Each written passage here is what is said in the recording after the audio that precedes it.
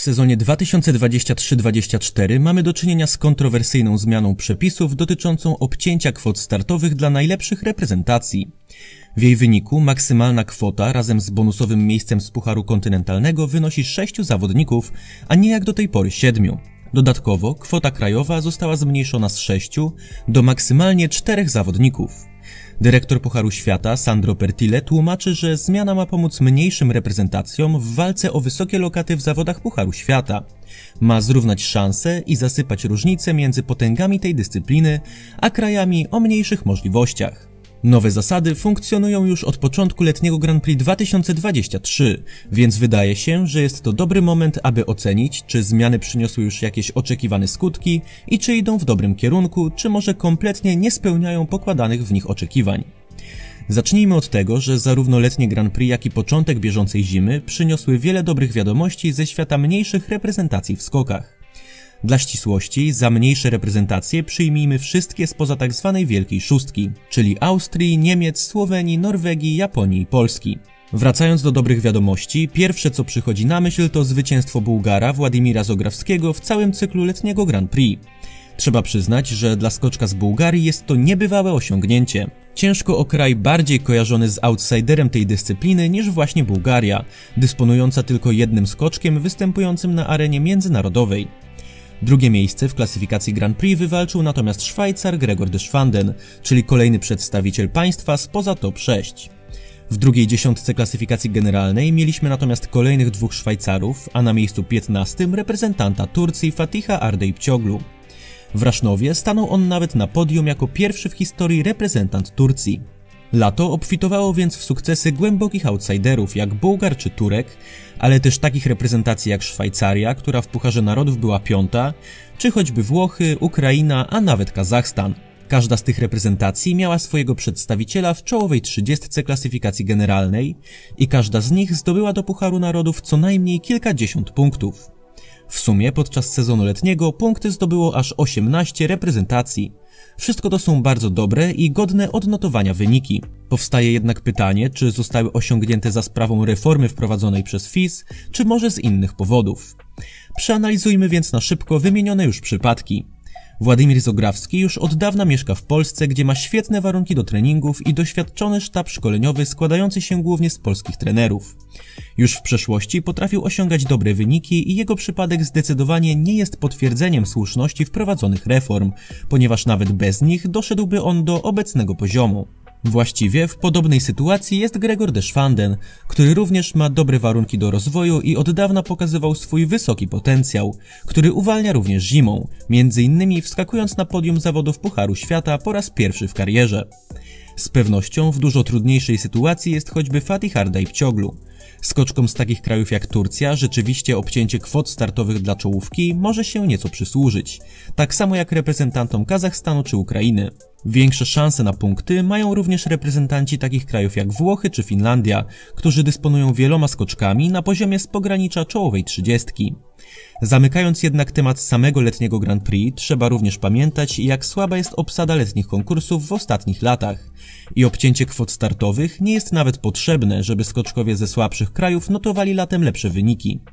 Nikt nie ma chyba wątpliwości, że gdyby przez całe lato w zawodach startowali najlepsi zawodnicy na świecie, to podium tego cyklu wyglądałoby zupełnie inaczej. Obecnie w sezonie zimowym mamy pewne przesłanki, żeby sądzić, że obcięcie kwot startowych dla czołowych reprezentacji daje rezultaty. Widać to przede wszystkim na przykładzie Włochów, którzy punktują w tym sezonie dość regularnie, ale zazwyczaj znajdują się pod koniec trzeciej dziesiątki. To samo można by było powiedzieć o Finach czy Szwajcarach. Trzeba jednak otwarcie powiedzieć, że wprowadzone zmiany w żaden sposób nie pomogły jeszcze słabszym reprezentacjom, które rzeczywiście można określić mianem outsiderów tej dyscypliny. Wciąż bez punktów w tym sezonie zimowym pozostają Turcy, Rumuni, Kazachowie, Ukraińcy czy Czesi.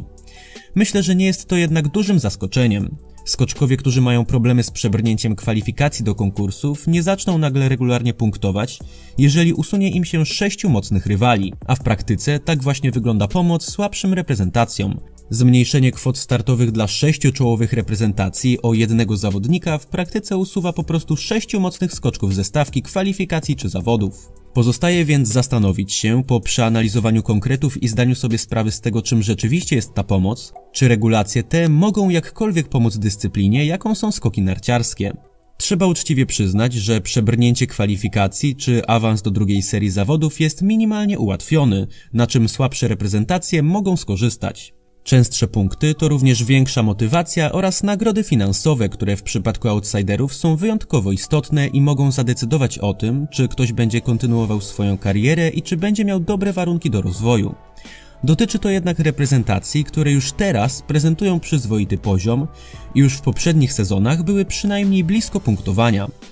Pozostaje również pytanie, czy nawet w przypadku takich krajów zmiany te przyniosą na tyle duże korzyści i wpłyną tak wyraźnie na postęp, że przyczynią się do pozytywnej rewolucji i konkretnego rozwoju skoków w tych miejscach, co szczerze mówiąc wydaje się mało prawdopodobne. Ponadto najmniejsze państwa na mapie skoków raczej nie będą miały możliwości skorzystania z tych przepisów, ponieważ przepaść, jaka dzieli ich od czołowej 30, jest ogromna. No i w końcu ostatnia kwestia, która wydaje się, że została zupełnie pominięta przez Międzynarodową Federację Narciarską. Osłabienie czołowych reprezentacji nie może pozytywnie wpłynąć na rozwój dyscypliny. To właśnie czołowe reprezentacje zapewniają wysoki poziom zawodów, zapewniają zyski, sponsorów, kibiców na trybunach i ogólne zainteresowanie tą dyscypliną. Celowe osłabienie państw, które zapewniają to wszystko dyscyplinie, może mieć tragiczne skutki. Już widzimy rozterki niektórych zawodników, którzy przez wprowadzone zmiany mają dużo mniejsze szanse na występy w Pucharze Świata, przez co nie mogą się rozwijać sportowo ani zarabiać na swoje utrzymanie. Nic dziwnego, że wielu zawodników z czołowych państw zaczęło rozważać zakończenie kariery, a niektórzy nawet taką decyzję już podjęli. Osłabia to dodatkowo czołowe reprezentacje od wewnątrz, przez co wchodzimy w tak zwane błędne koło. FIS celowo osłabia najmocniejszych graczy w tej dyscyplinie. Najmocniejsi gracze na tym tracą, przez co wewnątrz grupy dzieje się coraz gorzej. Zawodnicy odchodzą, wyniki są gorsze, a zainteresowanie dyscypliną wśród kibiców spada. Ciężko przewidzieć, co dokładnie przyniesie rewolucja w kwotach startowych.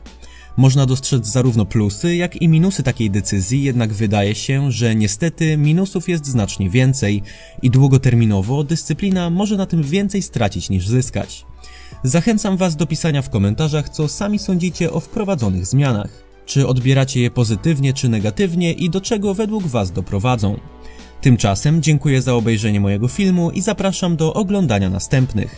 A na razie, do usłyszenia.